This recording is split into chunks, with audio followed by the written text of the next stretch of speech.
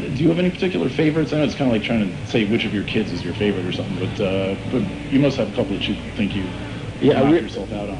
Yeah, I'll back you up, which is this simple love song. I really like that because that was really came out quickly and was kind of clear when I wrote it. It was pretty clear, and the Christmas song was another song that was really, it came out really clearly and quickly in the morning, you know, so it didn't take time to go over it, just boom.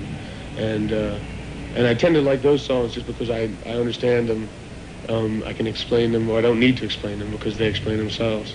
But I also like, I like Screaming from the Minarets, or Minarets, I don't know which we finally called it on the album, but I like that song a lot just because it has some kind of drama in there that I can't even put my finger on, but I really like the way it moves. It's got some strange Eastern sound that I like. And there's a song we'll play tonight that's not on the album. It's number 36. That's a dedication to Chris Hani, who was one of the leaders of the ANC in South Africa and was killed this last year. And on the day that he was killed, that was a group that we wrote that as a group in the sound check that day. Not intending it necessarily for Chris Hani, but it just came out that way, and it sounded kind of African, so we went toward. That's a favorite of mine at the moment. But they also change. Once we wrote them, they also change a lot, and which ones I like the most. And then I'll be feeling that song, and then at other times there'll be another song that at that time I might have really not been happy with, but then at another time be really happy. They come sort of and go in waves, sort of. It's difficult to say, but definitely the Christmas song I think is probably the clearest song I've ever written, and I think I still worry about it because it's a weird topic, being about Christ's life in sort of a colloquial kind of way. But I like it because it's clear and it's simple and it's not really about any of the stuff that Christ or someone like Christ might become over years.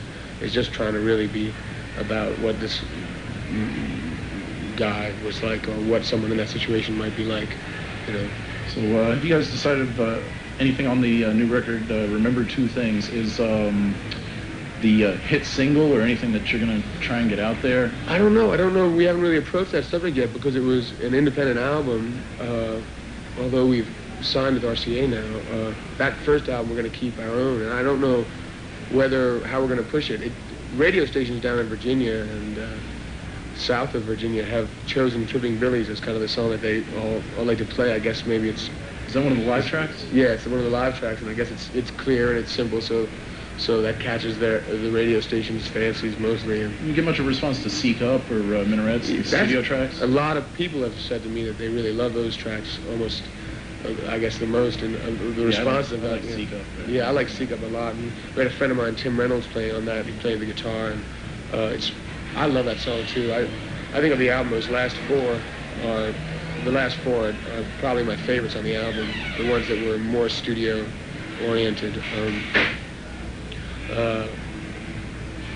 A lot of people, I think the public radio stations will probably like those last four a little more than the pop radio stations tend to say, well, which one is under 3 minutes and is the most like a rock and roll tune, so that tends to be their scope. So I guess that's why they're probably heading or leaning towards songs like Tripping Billies, which are kind of catchy and don't really say anything too loudly or too clearly. So I don't know. I kind of felt like when I heard Seek Up, that was kind of like custom-made tune that could be like, you could get on VH1, you could get on MTV, yeah. You could get on the radio. It's it's hard. Have you had a hard time with people trying to like categorize you, because you are not exactly easy to categorize? Yeah, that's right from when we started. A lot of people, when people ask us and they haven't heard us, what we sound like, we have an incredibly hard time trying to figure out what to say, and we haven't yet come up with any set response. And we still haven't gotten any responses.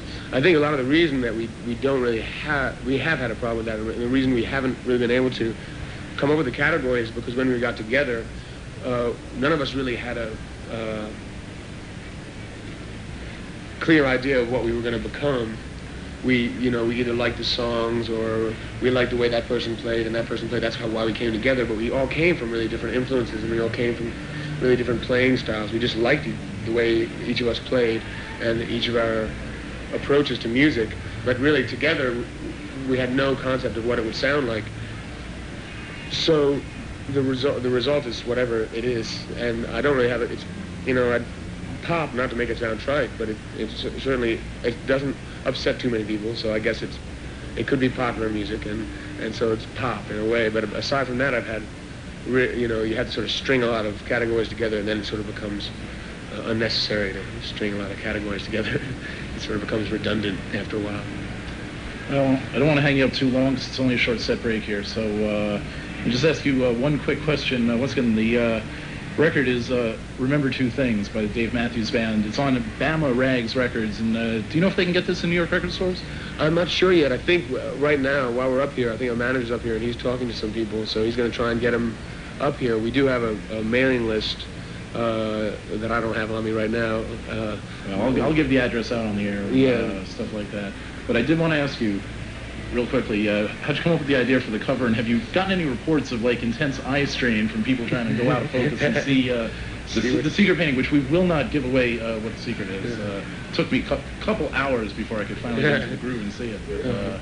Well, what do you call this kind of thing? I think it's called a stereogram, and you see them a lot in malls all over the country. You see them, pictures of dolphins or whatever, people standing in front of windows of kitsch art stores looking for images. And the idea came, I hadn't seen much, none of us had seen much of them a few months back when we were planning to planning the cover, and Carter brought in a poster that he bought up in New York, and I think it was Lady Liberty or something, and we all thought that was kind of cool. Wow, that's neat. And so we were all up about it, and then Leroy, the saxophone, said we should use that for a cover design. And then we sort of figured out what would be a neat. We talked about what would be a neat image to put in there, so that's what we put in there.